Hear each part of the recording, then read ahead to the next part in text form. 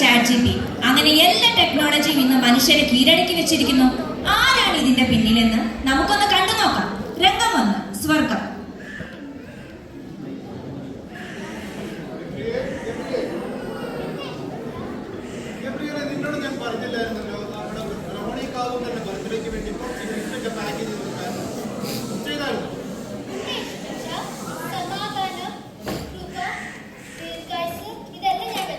Very good. നമുക്ക് ഈ റോണിക്കാവുന്ന ആയിട്ട് കുറച്ച് ലോകചിന്തകളൊക്കെ വന്ന് കയറിയിരുന്നു. അപ്പൊ ഞാൻ ഇതൊക്കെ ഒന്ന് കൊണ്ടുപോയി കൊടുത്തിട്ട് അവനെ ഒന്ന് നേർവഴിക്ക് നടത്തിയിട്ട് വരണം. Okay, bye. രംഗം 2, റോണിക്കാവുന്നതിന്റെ വീട്. അവിടെ പുതിയ ഒരു യൂട്യൂബ് വീഡിയോ റെക്കോർഡിംഗ് ആണ്.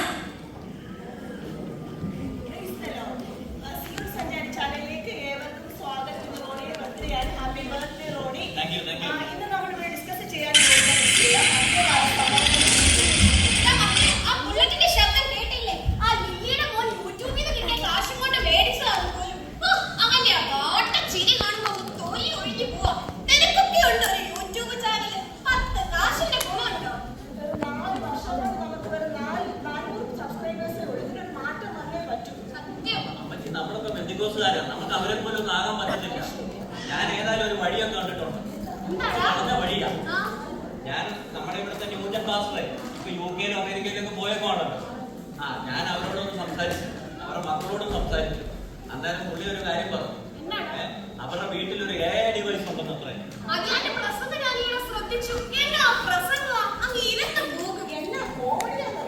അതാണ് AI ഡിവൈസ് എല്ലാം പറഞ്ഞു കൊടുക്കുന്നത്.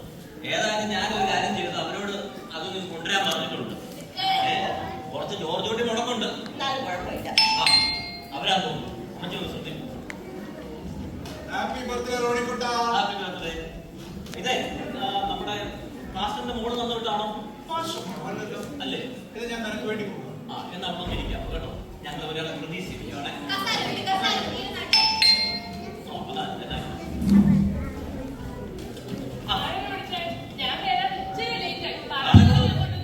എല്ലാം നടപടിയാവോ?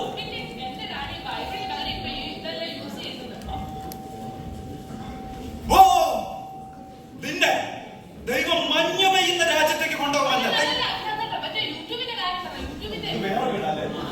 ഓ, 4 കൊല്ലം കൊണ്ട് 4 സബ്സ്ക്രൈബേഴ്സ്. ഇതെന്ത് ചാനലാ?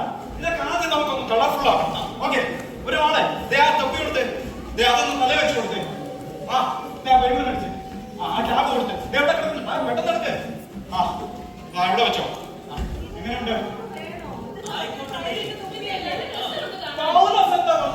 ലോകക്കാരെ നമ്മൾ ലോകക്കാരെ പോലെ ആകണമെന്നല്ലേ? സഭയിൽ ലെസ്ബിയൻ, ഗേ, ടാറ്റു അടിച്ചവൻ, കഞ്ചാവുകാരൻ കേറി വരട്ടെ, അവർ പ്രാർത്ഥിക്കട്ടെ അല്ലേ? അമ്മച്ചിക്ക് അറിയാം.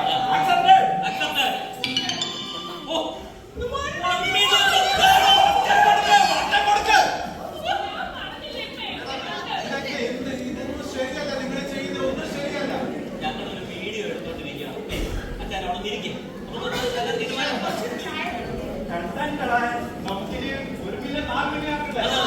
അതിന് നമ്മൾ എന്ത് ചെയ്യണം? ഒരു ട്രെൻഡിങ് പാട്ടാണ്. അത് കേട്ടിട്ട് നമ്മുടെ യൂത്തന്മാരൊക്കെ വലിയ മാസ്റ്റർമാരില്ലേ, അവരെല്ലാം നമ്മളെ വിമർശിക്കാൻ. അപ്പൊ നമ്മുടെ സബ്സ്ക്രൈബേഴ്സ് കൂടും. എന്നാൽ നമുക്ക് ഒരു ആവശ്യകരമായ പാട്ടുകൾ ലിറിക്സ് പിടിച്ചോ. ഓ, ദൈവ നന്മകനെ പന്മകനെ ഭൂവിൻ നന്മയായവനെ യവനിൻ ലക്ഷുരിയും എല്ലാം വിട്ടു ഭൂവിൽ വന്നവനെ ഇവനെ തൊഴുവാനായി ഭൂമികളും തിരക്ക്. ഞാൻ മാനവാദി, ഞാൻ മാനവാദി, ഞാൻ മാനവാദി.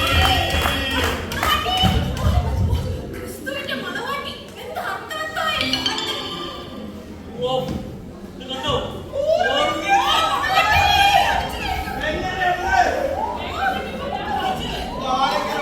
എനിക്കൊക്കെ പോകാമായിരുന്നു.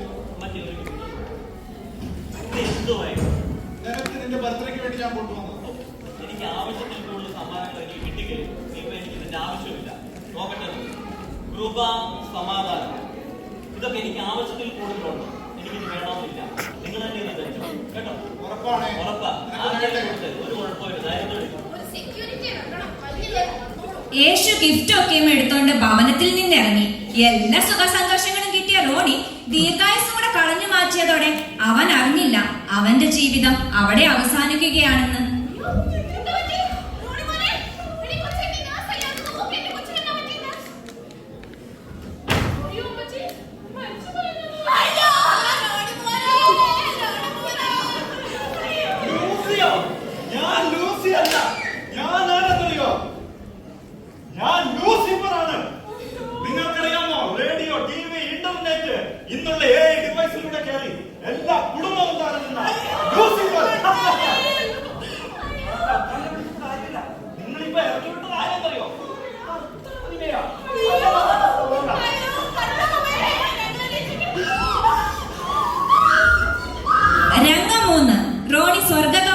കിടക്കുന്നു.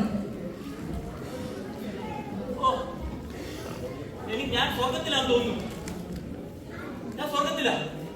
കർത്താവേ, ഞാൻ ഓട്ടം തികച്ച് ജീവന്റെ കിരീടം പ്രാപിക്കാൻ ഞാൻ സ്വർഗത്തിലെത്തി. കർത്താവേ, കർത്താവ് എന്നെ അറിയത്തില്ലേ? ഞാൻ റോണിക്കാവുന്നത് 4 മില്യൺ സബ്സ്ക്രൈബേഴ്സ് ഉള്ള റോണിക്കാവുന്നത്. നിന്റെ വീട്ടിൽ ഞാൻ വന്നായിരുന്നു. നിനക്ക് ഞാൻ കുറച്ച് ഗിഫ്റ്റ്സ് തന്നായിരുന്നു. നിത്യജീവൻ, കൃപ. നീ ഇതെല്ലാം തിരസ്കരിച്ച് എന്നെ ആട്ടിപ്പായിച്ചു വിട്ടു. അതുകൊണ്ട് ഇനി ഒരിക്കലും നിന്നെ ഞാൻ അറിഞ്ഞിട്ടില്ല. നിന്റെ സ്ഥാനം ഇവിടെയല്ല, നരകത്തിലത്ര.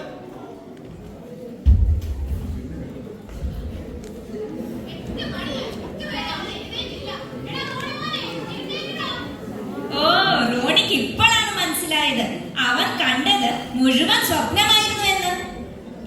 ഞാൻ മരിച്ചിട്ടില്ല അമ്മച്ചി, ഞാൻ മരിച്ചിട്ടില്ല. കഴിഞ്ഞ രാത്രിയിൽ കർത്താവിനെ നരകത്തിലേക്ക് തള്ളിയിട്ടു അമ്മച്ചി. ഒന്നും പറയണ്ട അമ്മച്ചി, എനിക്ക് വയ്യ, എനിക്ക് വയ്യ. സാറേ, ഞാൻ ആമസോണിൽ നിന്ന് ഒരു അലക്സ ഡിവൈസ് ഓർഡർ ചെയ്തല്ല. OTP എന്ന് പറഞ്ഞു. 666. ഇങ്ങോട്ട് നോക്കിക്കേ. ഒന്ന് പോടാ. പ്രിയ ദൈവമക്കളെ, ടെക്നോളജിയൊക്കെ നല്ലതാണ്. പക്ഷേ അതിനെ നാം ദൈവത്തെക്കാൾ കൂടുതൽ ആശ്രയിച്ച അവ നമ്മെ കൊണ്ടെത്തിക്കുന്നത് ലോകത്തിന്റെ മോഹവീതികളിൽ തന്നെയാണ്.